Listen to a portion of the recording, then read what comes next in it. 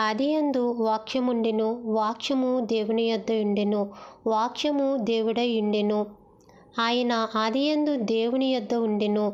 సమస్తమును ఆయన మూలముగా కలిగెను. కలిగియున్నదేదియు ఆయన లేకుండా కలుగలేదు. ఆయనలో జీవముండెను. ఆ జీవము మనుషులకు వెలుగై ఉండెను. ఆ వెలుగు చీకటిలో ప్రకాశించుచున్నది గాని చీకటి దాన్ని గ్రహింపకుండెను. దేవుని యొద్ద నుండి పంపబడిన ఒక మనుషుడు ఉండెను. అతని పేరు యోహాను. అతని మూలముగా అందరూ విశ్వసించినట్లు అతడు ఆ వెలుగును గూర్చి సాక్ష్యమిచ్చుటకు సాక్షిగా వచ్చెను.